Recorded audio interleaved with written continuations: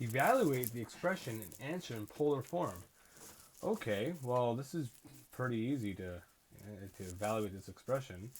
Well, reals add with reals, so 4 minus 7 is going to be minus 3, and then 2i plus I, that's going to give me 3i. So there it is. Oh, but it says polar form. Gross. Okay, here we go. It changes over to polar form. Well, I know this is 45 degrees because I have the same value here. So I got I over here, a real over here. I got minus 3 in the real part, minus 3, and then 3i up here, 3i up here. So I know that's going to be 45, but I will go through the glorious thing here to prove it to you. So we want this angle here, theta, and I can guarantee you right now that that is going to be 3 pi over 2. Right? Because this is pi over 2 right here. That's pi over 2, and then plus a pi over 1/4. Right? Because it's pi over 1/4. It's going to be 3 pi over 2.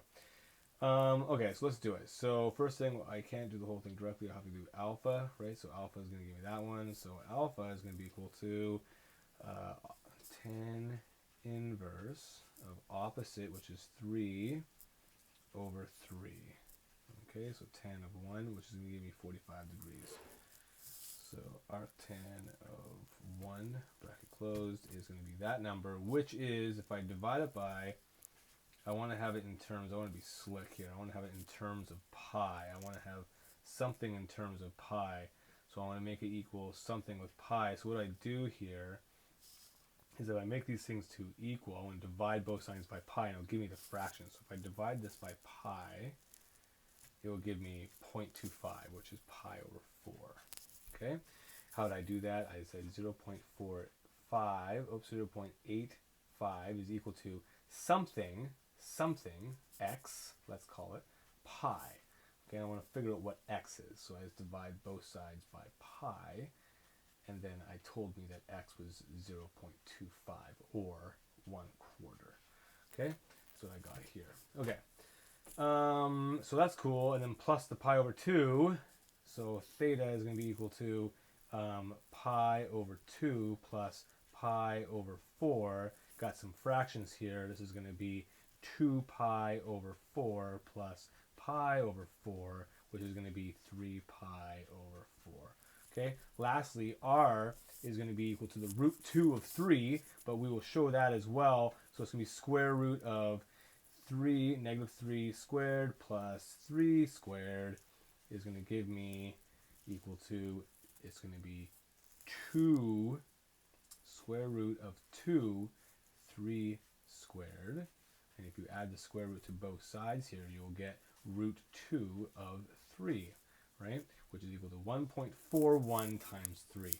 But anyways, we can do it the old-fashioned way of just doing it like this. That's what I always recommend, just to make sure you're absolutely right. And you square root that answer, and you're going to get 4 something. So 4.24. Okay, so here we go. So z is going to be equal to 4. Actually, you know what? We could be real slick here. Let's be real slick. Okay, so we can go. You can write down the number there, but I'm going to be pretty slick because I want it exact. So 3 root 2 e to the 3 pi over 4 and I. Did you blur on me there? Look at that, it blurred on me. Oh no, oh no.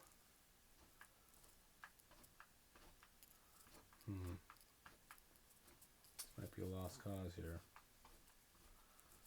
Let's try that. What was it? 3. Don't mess it up. There we go. That makes sense.